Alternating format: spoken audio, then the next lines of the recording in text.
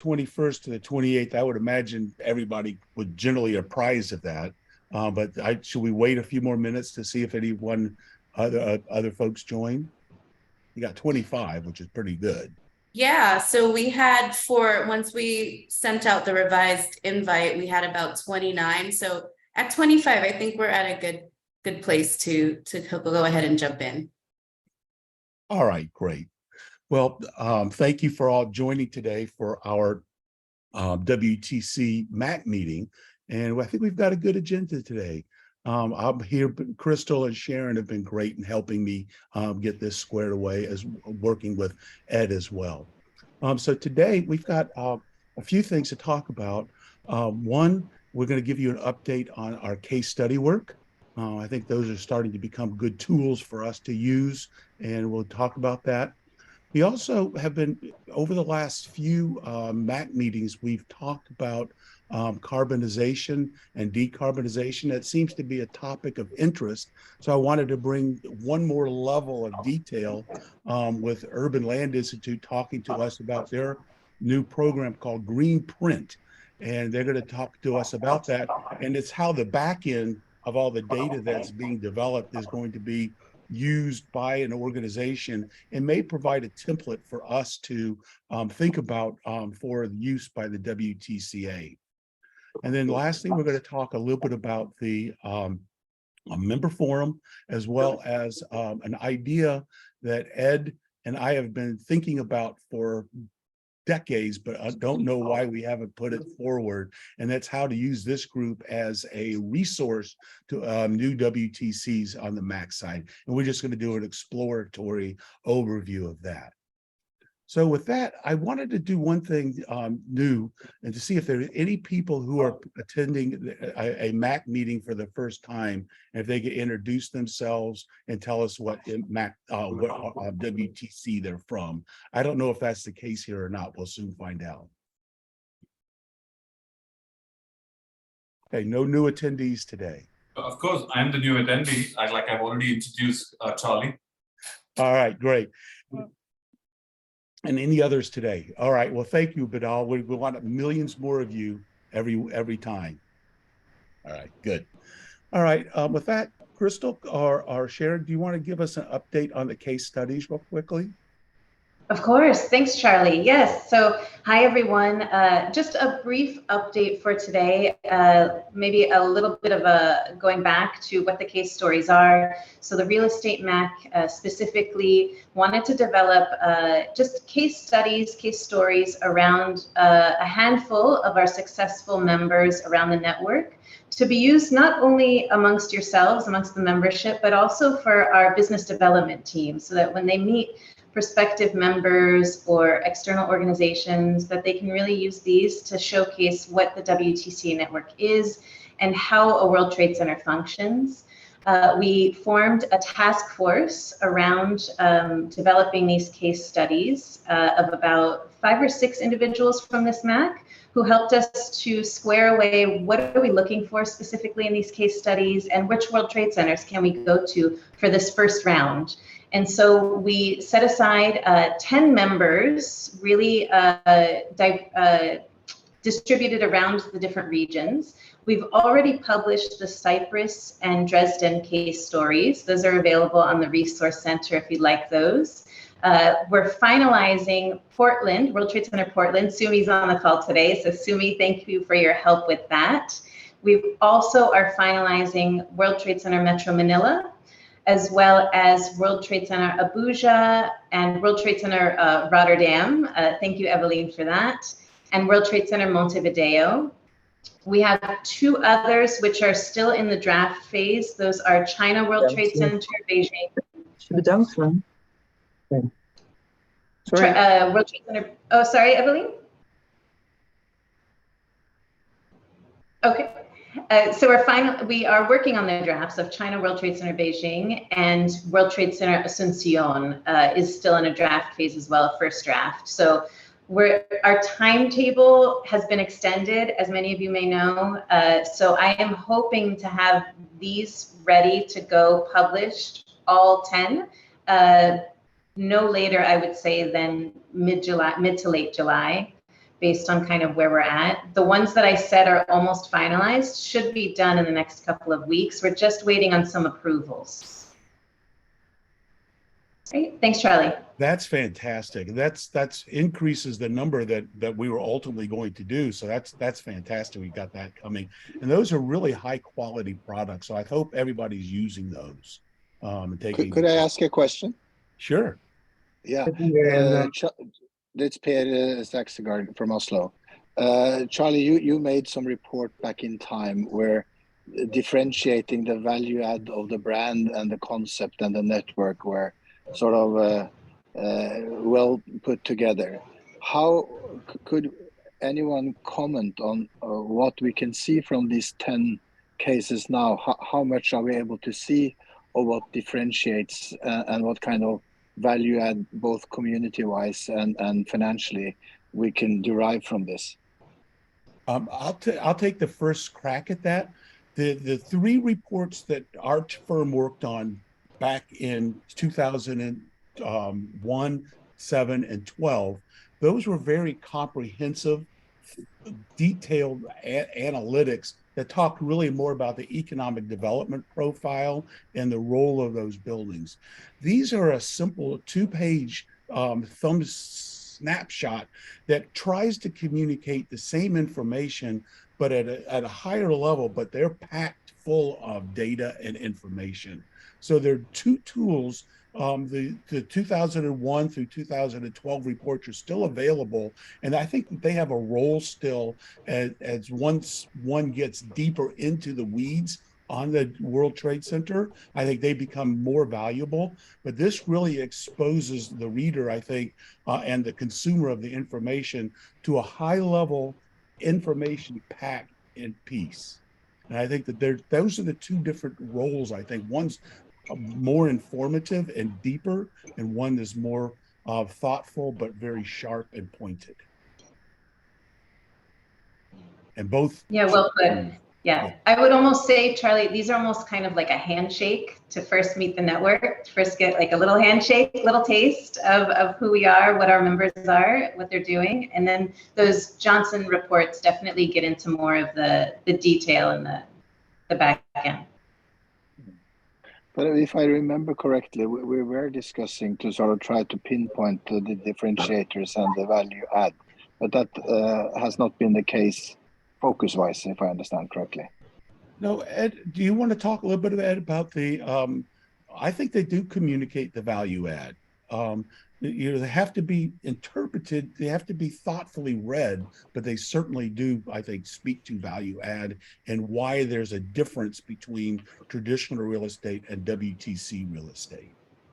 I think happy to jump in, Charlie. I think, Per, I think I get your point. The case stories are just one tool within the toolbox, really. I think it's quite an interesting point that you raised, though. It may well be that we can, and we'll obviously take the discussion off the call, but we can perhaps, Crystal, talk to NEN Consulting and suggest that maybe, as part of their work, they can actually just look at the case stories they've done and draw any relevant correlations that will be useful for the network. So obviously we're then sort of looking at the data as a whole and seeing what we can piece together in some sort of bite-sized stats.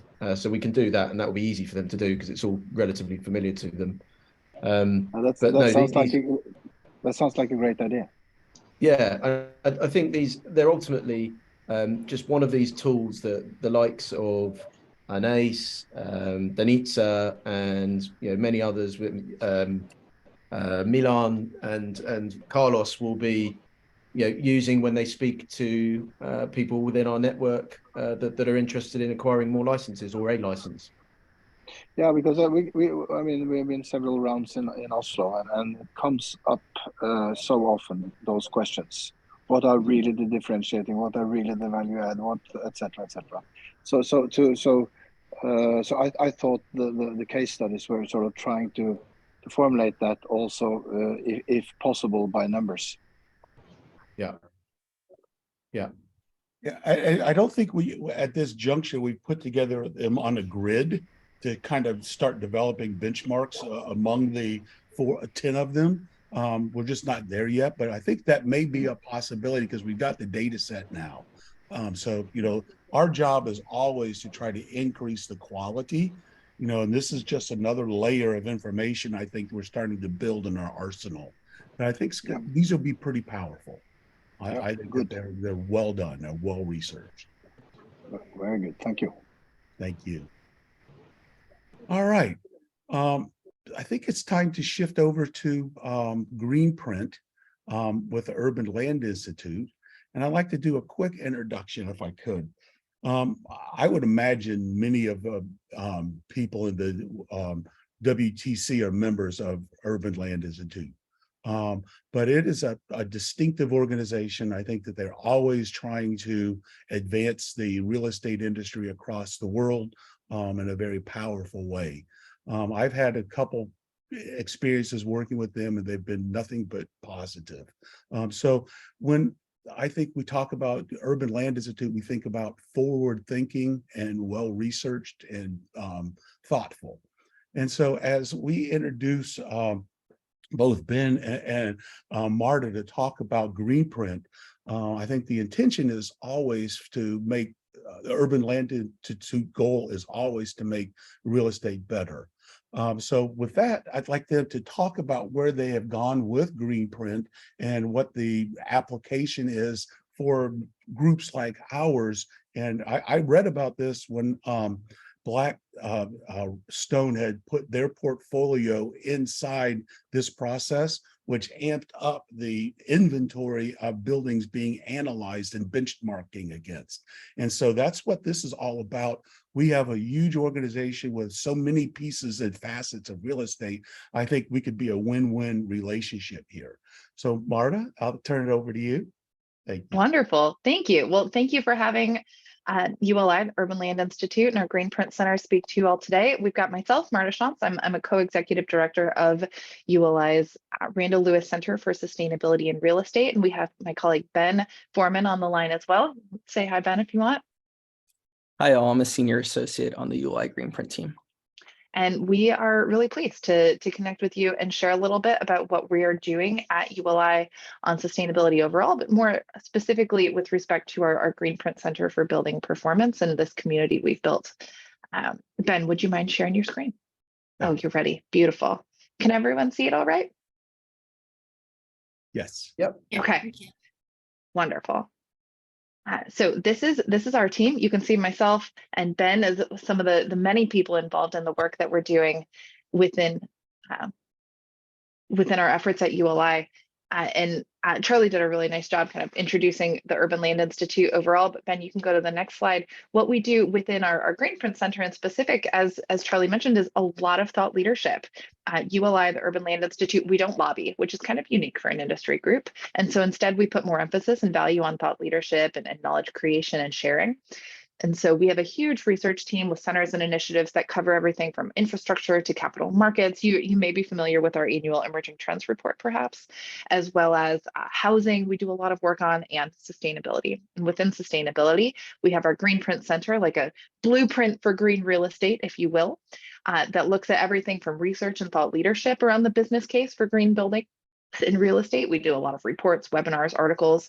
We have our Greenpoint Community of Practice, which is this group in the middle, which we'll dive into a little bit more, really about engaging companies and individuals who are eager to advance sustainability by reducing carbon in their firms and building value as a result of it.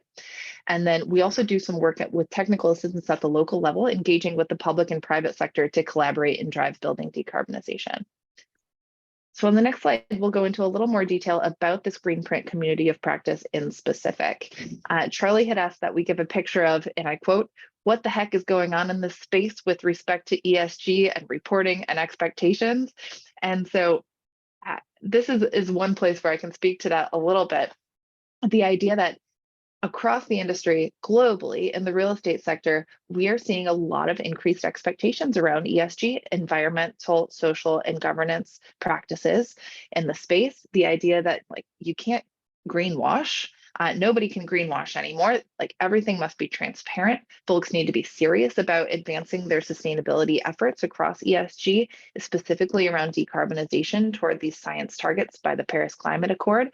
And the thing is, within real estate, like some of the sustainability work is distributed across different functions and buildings and practices, but sometimes you also have a specific sustainability or ESG team. Maybe one or two, three, four, five, if you're lucky, people on that team, but folks are kind of working in a bubble within a much larger real estate organization. And this Greenprint Center, this community of practice, was founded a while ago, actually, over a decade ago, when a handful of real estate asset managers and owners, investors came together and said, we need to come together to share best practices, have shared goals to decarbonize, and hold ourselves accountable by reporting against this year over year to track our progress. And those are really the key tenets of this Greenprint community today. It went from a half a dozen members in 2009, during a financial crisis, no less, to over 120 companies today across the globe of real estate owners, investors, and developers who are committed to reducing carbon emissions and tracking it, sharing best practices, and advancing their work. And we not only have this community, that supports each other, we also share those best practices through our research and thought leadership work more broadly within our research center. And we do so with our local engagement with the public sector. Next slide, Ben. We have a lot of Greenprint members, and so we tried to do a cross check and look through who are the real estate firms in WTCA and which ones are in ULI Greenprint membership, and we couldn't actually find a lot of overlap. So there may be an opportunity here to change that. Here's another slide with even more logos of some of our members. They really are global, and it's a huge mix of small scale firms, developers, owners, a mix, different asset types. Some are global, some are regional, some are hyper local. We span the gamut when it comes to our membership and their interests and practices. It's also worth noting that some of these firms are very early in their sustainability journey, one might say. And when it comes to what the heck is going on in the space with respect to ESG and reporting and expectations, some are very early stage, just starting to benchmark their energy usage and carbon emissions, and others are really pushing the boundaries and reporting to the global real estate sustainability benchmark and setting net zero goals and beyond. Ben, did you want to chime in? I see you unmuted. Oh, I've been unmuted, but I would also just add that this is membership as of February, and so this doesn't even include any recent additions. So it's much wider than this, including the Blackstone portfolio companies. Good check. So I mentioned net zero, and ULI, this real estate group. We've got 45,000 individual members across the globe for ULI broadly, not just Greenprint, and we have a net zero mission priority. We have two other mission priorities as well, but we like to think that our Greenprint real estate members are the vanguard, are folks who are committed to advancing decarbonization and working toward net zero, whether or not they have a formal goal. And so we have this roadmap or kind of journey to net zero as a way that we think about decarbonizing, looking at energy efficiency, renewable energy, grid interactivity and electrification, tenant engagement and alignment, embodied carbon. It really is a holistic take when we think about this. And when we bring together our Greenprint real estate members to talk through their efforts, we often talk about a lot of these pieces as well. Next slide. So when it comes to Greenprint membership, real estate firms pay for their entire firm to be a member, and then individuals within their firm participate in this community. One of the biggest benefits that I think Charlie was speaking to is around data and benchmarking. So I spoke earlier how even at the founding of this Greenprint community, members held true to being committed to reducing carbon and reporting on that annually. And so we have our members report annual energy, wastewater, and carbon emissions at the asset level as best they can. Maybe they aren't benchmarking yet, but they're working towards it so that we can show progress over time and also provide comps analysis for companies who are interested to show how their assets are performing within their own portfolio and how they're performing compared to peers in their markets and peers in their building types. So this is one way. It's a global benchmark. We roll this up so anything we publish publicly is anonymous, and no one company can be identified or ranked or anything like that. It's very much a collaborative spirit to show progress over time. But some folks really find this valuable because they don't have necessarily benchmarks for their building to know how they're performing against peers. We also, the second piece that is a huge value add in terms of benefits of that members find is this networking and knowledge sharing. So we have recurring calls where individuals from Greenprint member companies come together. I tell you guys, they actually enjoy joining a monthly conference call to talk about different, I mean it, Charlie. And so they join these calls, they talk very candidly, it's Chatham House Rules style, so nothing's, no recordings, nothing like that. And they're able to ask the kind of, dumb questions that they're afraid to ask in other places, but also just share information about, well, what are you guys doing for physical climate risk? How are you electrifying your buildings? What company do you use for your PCAs when you're acquiring a new asset, all sorts of different things. How much money do you pass down to your properties when you're doing capital budgeting? All sorts of different questions around sustainability and ESG that real estate, no matter your company type or asset type or otherwise, are all thinking about and trying to work together to solve and advance on. I mentioned earlier that we also have a broader research team at ULI, and we love to feature our Greenprint members when we're working on reports and articles and speaking opportunities, because they really are the vanguard pushing things forward, and they appreciate that thought leadership and recognition as well. In addition to other recognition, we do offer an optional net zero goal for Greenprint members to align to. And so that's another kind of piece of that recognition if that's of interest. We also provide a lot of market updates. So for example, just this week, I think Australia passed a plan for climate reporting, where in summer of next year, all large buildings and then even more over time will have to report on their climate risk, and that includes carbon emissions and beyond. So those type of market updates where it's like, alert, there is new climate policy, and all sorts of other updates as well around green building certifications and other standards and efforts. We keep our members up to date on that. So we have a monthly newsletter, and then we also have other alerts where we just keep our members apprised of what's important to stay paying attention to, because there's just so much going on, especially globally, that we try and help distill that and put it in front of our members in a way that is useful. The last piece around member benefits is that we had mentioned, and Charlie introduced ULI as a much bigger organization than just looking at green buildings. And we like to think that we are a real estate group looking at sustainability, not the other way around. Like we aren't stuck in a sustainability bubble. We're much more pragmatic. And we include some ULI member benefits where every company who is a Greenprint member gets one individual ULI membership to comp to one of their staff, as well as one conference complimentary registration so that they can be involved in the broader ULI efforts. Next slide, Ben. Just really reinforcing this data and benchmarking piece, because I know Charlie mentioned that that's something that that you all are interested in around the data piece, and really kind of making performance-based decisions based on data and comps and comparisons. This is just a reinforcing that we do this annually, this data and benchmarking effort. We publish a roll-up of the results in our annual State of Greenprint performance report, and then we also provide the individual analyses for members who are interested in that next level of analysis that's just bespoke to your internal use. Next slide, Ben. I mentioned again that net zero carbon goal that we have that's optional for our members. So far, we have 34 of our Greenprint member companies have aligned to that, and we expect that number to grow over time because of all of the different pressures in the industry for real estate to set goals and to push towards them in line with science, in line with expectations from investors, expectations from occupiers, expectations from local communities and governments to really push on this. So we present this as an opportunity for real estate to align to, and we help our Greenprint members work to achieve that. All right, Ben, do you want to dig in a little bit? Actually, I think we're doing okay on timing on some of these pieces. Sure. So Marta already talked a little bit about networking and knowledge sharing. So I just wanted to share a little bit, some examples that we have, including in-person and virtual opportunities. So we have monthly calls for North America. That's called the Performance Committee, in which we talk about different topics. Like Marta said, its most recent topic last week was materials reuse, where we had a member kick off a really great conversation on material reuse opportunities within buildings for refurbishment or for new construction.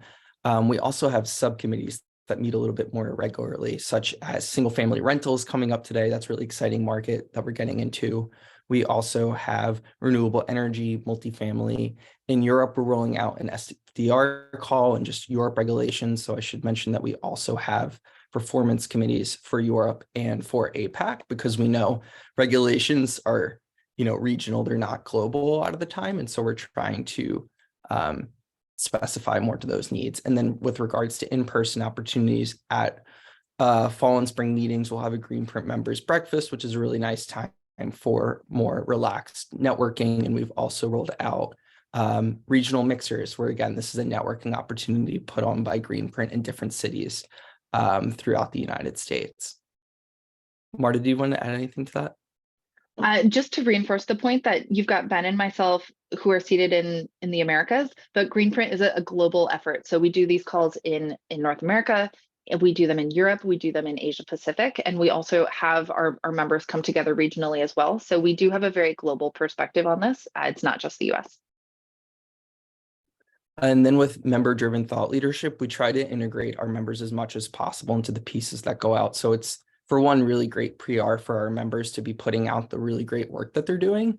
Some recent examples include Nature Positive and Net Zero, that bottom left one of the members featured is Lend-Lease, and they got to give really good insight into what they're doing. And I think it's pretty inspirational for others to see organizations working on this. And so as much as we can, we stay up to date with what we're doing, along with what the other centers are doing in centers and initiatives, to see where we can plug in our members.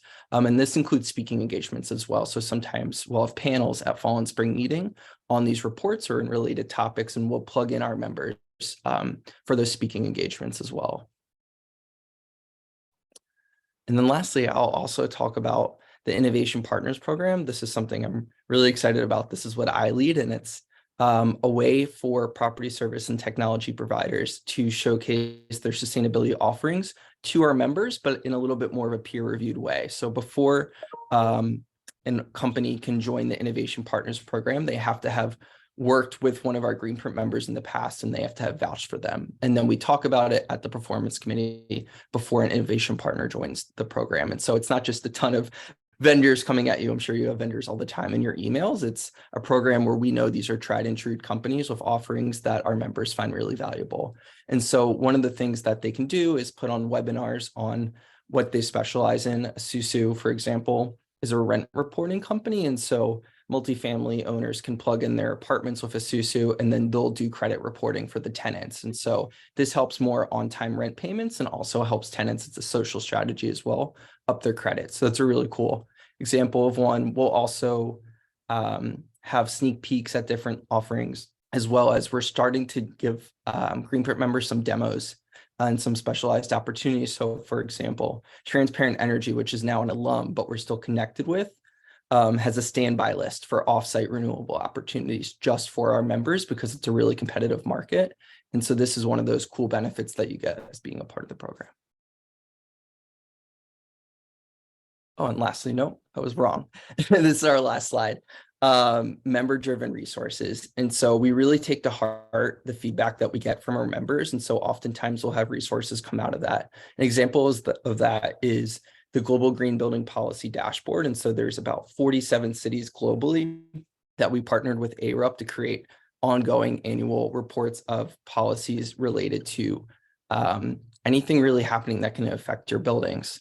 We also have the ULI Greenprint Lookbook. It's kind of like our yearbook, which has, you'll see in the bottom right, all of our members' information. So if you want to reach out to someone about something you're working on, maybe you have a similar strategy, you can reach directly out to them. And this is all within SharePoint. So this is a private folder just for our members to access. Marta, do you want to speak to the ESG due diligence checklist? I think that's a really valuable one too, but it predates me. Yeah, absolutely. So we do this with a number of different resources, and Greenprint, this community is very member driven. So our members asked us to put together a collection of the best pieces of ESG due diligence forums and spreadsheets and tools across Greenprint real estate members to make one collection like best of, because the idea is that everyone was trying to create their own ESG due diligence checklist, and it felt like a lot of recreating the wheel. And so we put this together for them. And now they can reach back to it and say, okay, well, in this, master list of all of these different questions that we might consider around ESG due diligence, it could be around physical climate risk, it could be about the utility grid, it could be about the energy efficiency of the asset, all sorts of different questions. They're able to refer back to that and use it for their own internal purposes. We're doing a similar thing actually around putting together the best RFP questions for sourcing physical climate risk software. So thinking about the assets that you're thinking of acquiring and wanting to check how resilient they are, that type of thing for selecting a software provider. So all sorts of just useful pieces that we're pulling together. The last bullet here as well, I mentioned early on how a number of real estate firms might have like 1 or 2 ESG staff, but it kind of varies across firms. And so we pulled together an annual ESG staffing survey too for our Greenpoint members because they asked for it, so that they can compare how big their teams are and how they're funded. And it's very much kind of an operations purpose, but they find it really useful to compare against peers and see and justify maybe the hiring of an additional staff member or 2. The last thing I want to note is that a number of these examples and go ahead, Ben, to that last slide. A number of the examples that we've shared are with respect to all sorts of building types, right? Multifamily or otherwise. And we recognize that this is the World Trade Center Association. So we could very much, just be talking about World Trade Center type of buildings. But at the same time, we recognize that the firms who develop and own these assets have a much bigger portfolio of developments in the pipeline or assets that you own. And so we wanted to give that big picture example. So when Ben and I were chatting with Charlie and the WTCA staff before this, we realized there's a really neat opportunity for WTCA members to be Greenprint members, join, pay annual dues and be a part of this global community, while also having this subset of WTC focus, so that maybe we do a special data analysis for just the WTC members, or maybe we do a subgroup call where folks can talk about different sustainability nuances of these WTC development or assets that you own and operate over time, to facilitate more of that nuanced specific discussion while still being able to have your broader portfolio and businesses benefit. So the pricing that we have for membership is listed here on the slide. And I think with that, we can open it up for questions and dialogue. Charlie, if you want to tee anything up, or if folks have questions. Yeah, I do want to tee something up real quickly. The logic is this. We as WTCs all want to aspire to good ESG policies and follow the mandates that are being imposed, and also the good stewardship of the world. So we all want that, but it's going to take years for the WTC to kind of generate a model for something like this. And our thought was maybe there's a way we can build upon something that's existing and help grow the WTCA's data using a technology that's already being formulated. And so that was kind of the desire for me to kind of explain and put these two together. 2 powerful organizations, someone with, I think there's been great curiosity on the decarbonization by the WTC membership. And that's kind of the linkage that I'd like to see how we could do that. So I'd like to open it up to the community now, just to kind of get your thoughts and any particular questions of how this could work with you all and the organization as a whole.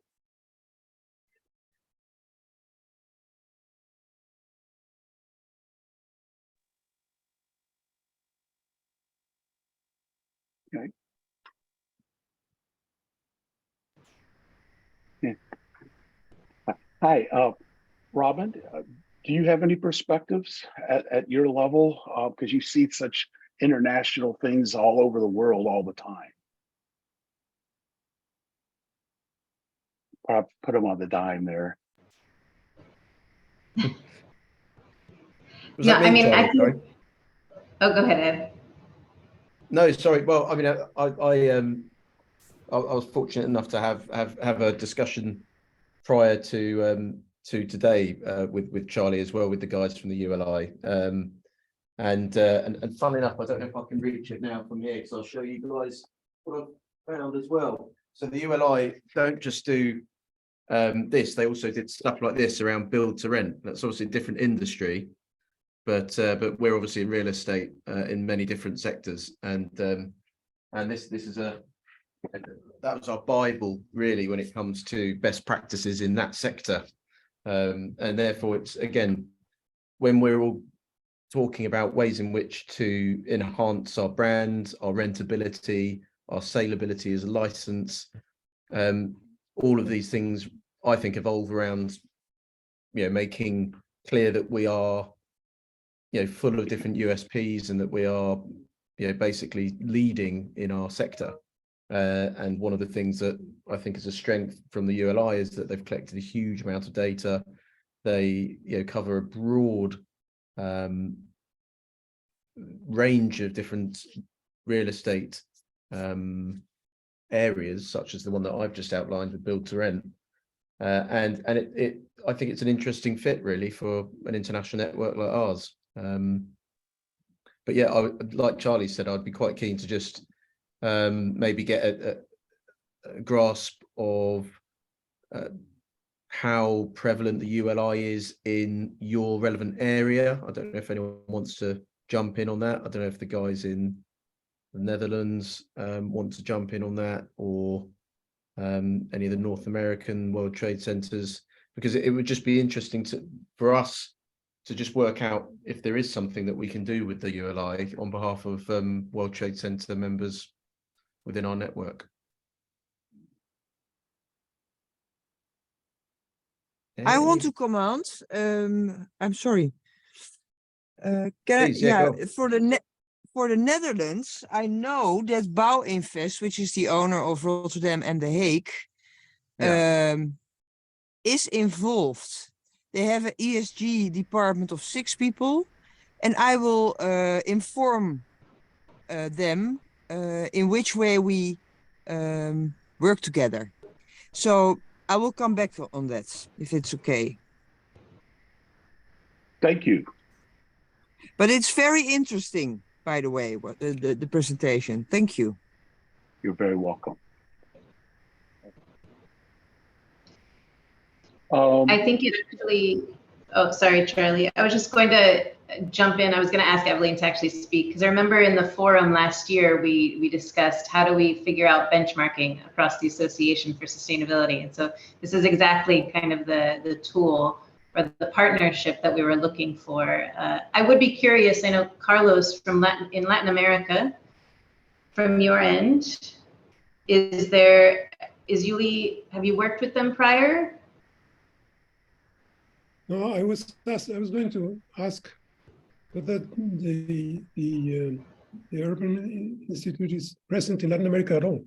I've never heard of it before. Well, We are. that's why we're here. May I, Charlie? Yeah. So we don't have a huge presence in Latin America. We do have a ULI Mexico, and so that is the largest kind of chapter south of the United States. But we do have ad hoc events in different other countries in Latin America over time.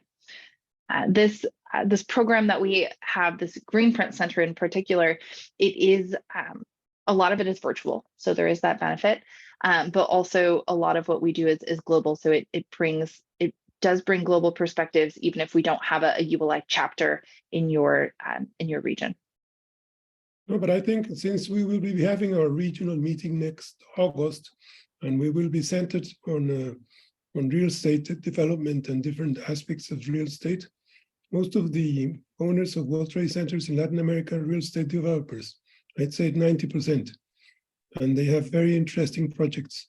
So perhaps it would be interesting to have a presentation by ULI in our regional meeting next August. Excellent. I agree. Be happy to. I agree. Yeah. I would just comment that from the planning ideas that we have in Oslo, I think the benchmarking aspects and the approach that was mentioned here initially and to the presentation would be very relevant. Yeah. The way I see this working, oh, go ahead, Danica.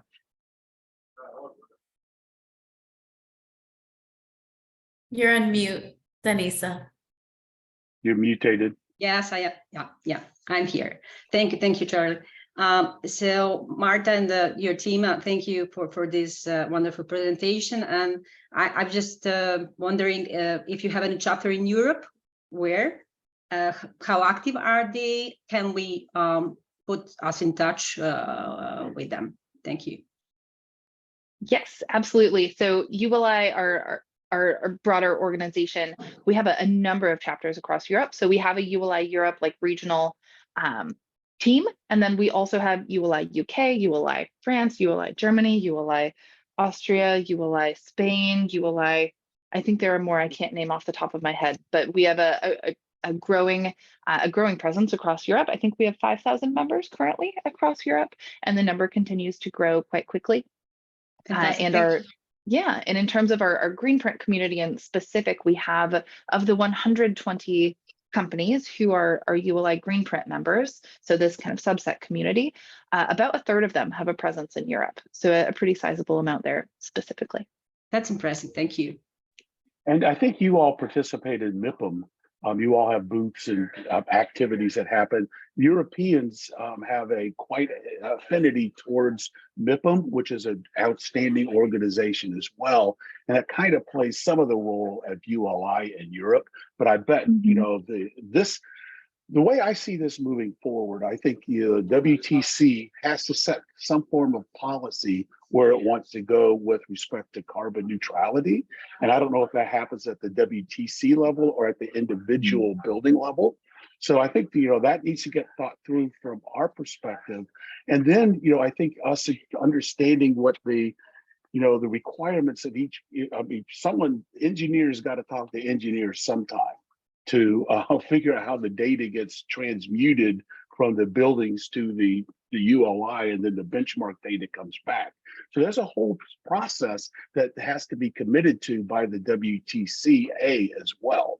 So I just wanted to understand how, you know, the WTC MAC committee would like to advance something like this, do more research, try to kind of say, we want to take this and be a leader in this, and this is the steps we want to take. So, you know, we talked about this quite a bit, but, you know, I think it's kind of time to maybe make some directional objective that we set forth for ESG, carbonization.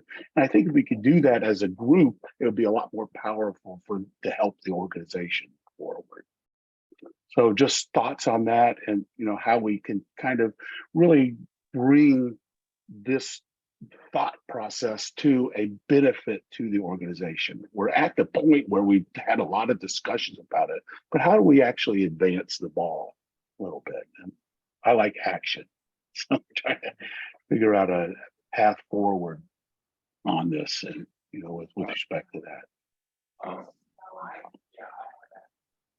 Any commentary? I like your approach. I like your approach, and I think we should try to prepare a kind of a proposal for how this could be done that then can be decided upon. Good. All right. Me too. I'm sorry. I'm in the car, so I can't see it when I can speak. But I agree, and I think it's really a good organization to get us to the next level. And again, in Cyprus, a lot of active European WTCs will be there. A lot of board members will be there. So maybe we can discuss it then in person. Would that be an idea? That's a great idea. Yes, this is Anthony from Cyprus. Thank you for that. Yes, we are hosting the ERM in Cyprus on the 13th to the 16th of September. And maybe it would be a great opportunity to find some sort of way where we could showcase what has been discussed today. I think it would be a great topic, and there's going to be a good presence. So yes, more than welcome, of course. It'd be excellent. Okay.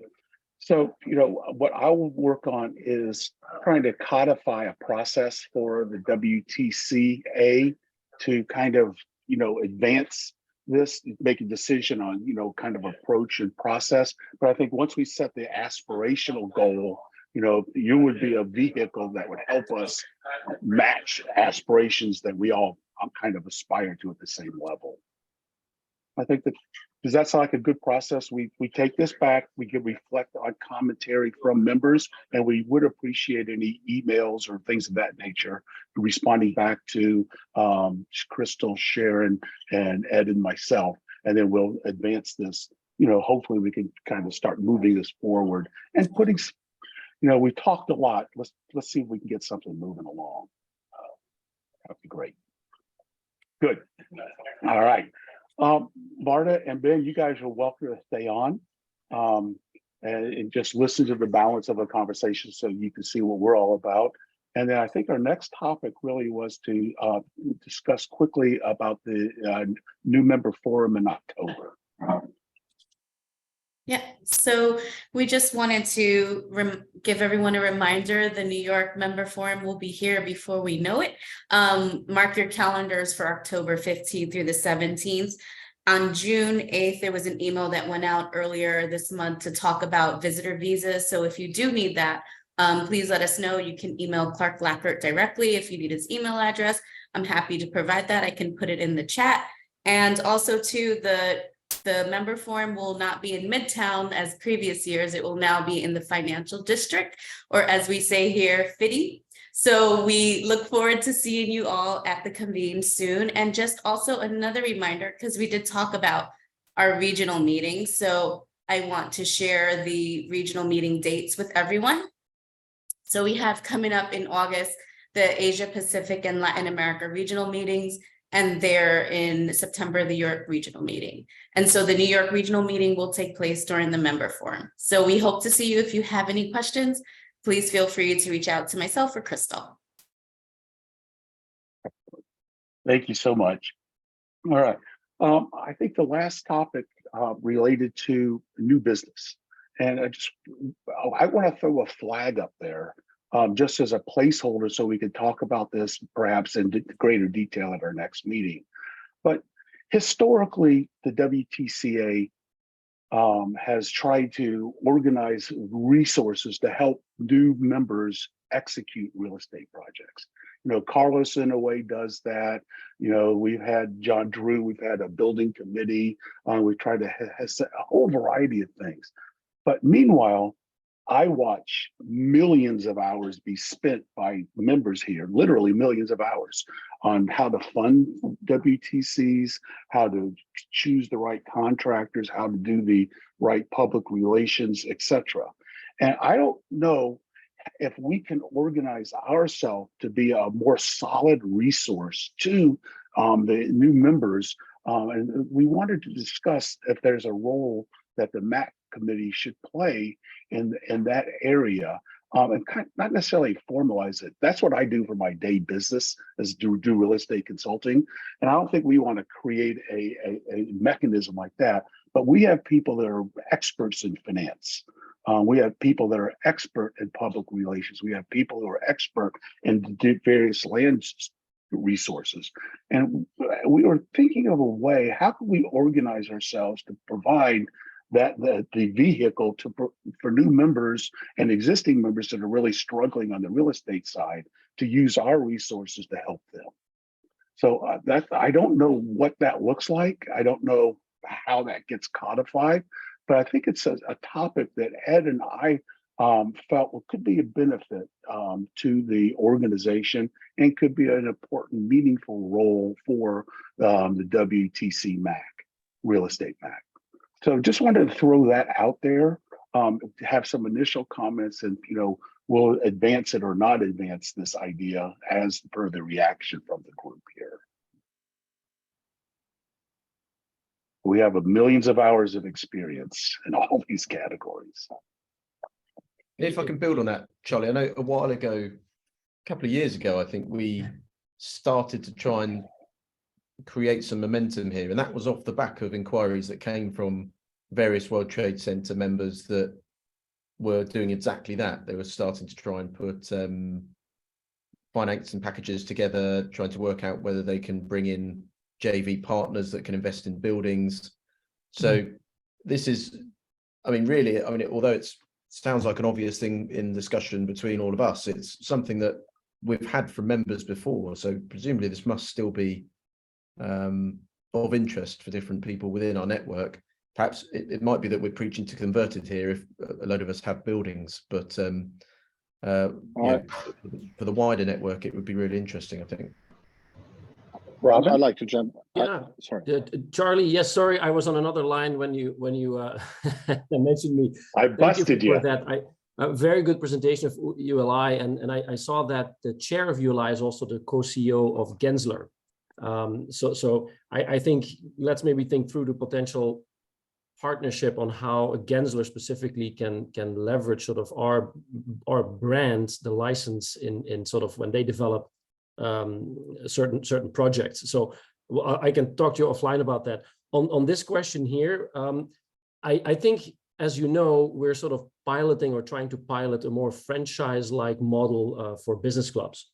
And the service that you provide is, of course, a kind of service that we should not be providing for free.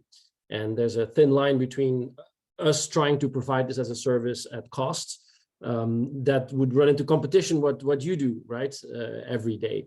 So I do think there's an opportunity there, but we would have to sort of build that knowledge pool and find a pricing model for this as well, because we could venture a little bit more into a franchise type of model where we say, well, when you take a license, there is an add-on where we could sort of advise you on how to best brand or position that PR component, and then maybe there's some other elements on the real estate side.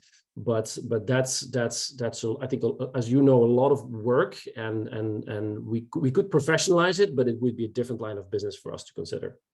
Yeah. And, you know, the Urban Land Institute does do a really interesting process. I've served on like 7 panels throughout them, and they come in for a week and just solve the problems with the consultancy. And, you know, that really lays things out well. So there's a multitude of models. I just want a sense of good idea, bad idea. And if it's a good idea, we can push it forward. So good idea, bad idea. Charlie, could I just make a comment? Meran from Cyprus. I've never known you not to, and I'm very happy for them. Thank you, Charlie. Charlie, we can talk about every subject in a meeting and have a minestrone soup, which we cannot see the vegetables. I think we need to take one particular subject and take it through its entire process and make that particular subject the excellence, whatever you want to label it. How to run a successful business center. Call it sustainability. Call it, I don't know, exhibition facilities. You know, we need to take each subject which is to do with real estate and then develop that subject into a product which is benefit to our members, and we have a case study out of it. I think almost that's like a procedures manual. Yeah, I think that's what members really want or would like to see, rather than just general discussions. Okay, so let me bring that to an example. Now we've got this discussion on ESG. We've had 3 sessions on ESG. Bring that home for the MAC committee to give some policy to the broader board. That's the tactic that you think would be more successful. We just bring this home all the way there before we pick up a new ball to work on. Yeah, I mean, let's have a paper on all aspects of ESG under this MAC, where our members can use as a guideline for their World Trade Centers as the holy book when they're applying it in practice. Mm-hmm. I like that. I like that. Don't know how to address it all yet, but I think Ed and I and we'll all get together and kind of recommit. But I think that's a good framework, Mehran, because I could bring another topic in, but if we want to bring something to closure, I think that's more action oriented. So that's what I am trying to convey. Let's have action orientated subjects which can be developed into a proper product that our members can use and benefit from. I like that. Thank you. We'll take that under advisement. Don't know how to organize it yet, but we'll get there. May I again suggest? I mean, if you want a team of 23 people doing a subject, you will never finish it. I think we have to choose 2 or 3 people from the committee who are specialized in a particular subject and let them lead that topic into developing it, and then come back to the committee or to the MAC for observations, comments, before it becomes a product. You need a smaller number from the MAC with a speciality in a particular subject who can develop it into a product. That makes sense. Okay, we'll take that under advisement and report back on a mechanism for next MAC meeting. I think that's the way to do that. Good. All right. I think we're up against our time slot. Crystal or anyone else have any other comments? Members, do you all have any commentary that you'd like to bring forward? Yeah, I'd like to have a comment. It's Per from Oslo again. I second Miriam's suggestion, and bringing that to the Land Institute. Benchmarking is still a good idea, even though such a product, an actionable product, is always good. But I just wanted to give one comment to the last idea that Ed also commented on, which seems to me to be an idea of creating some kind of advisory board function from the MAC to new initiatives. Was that correctly understood, Ed?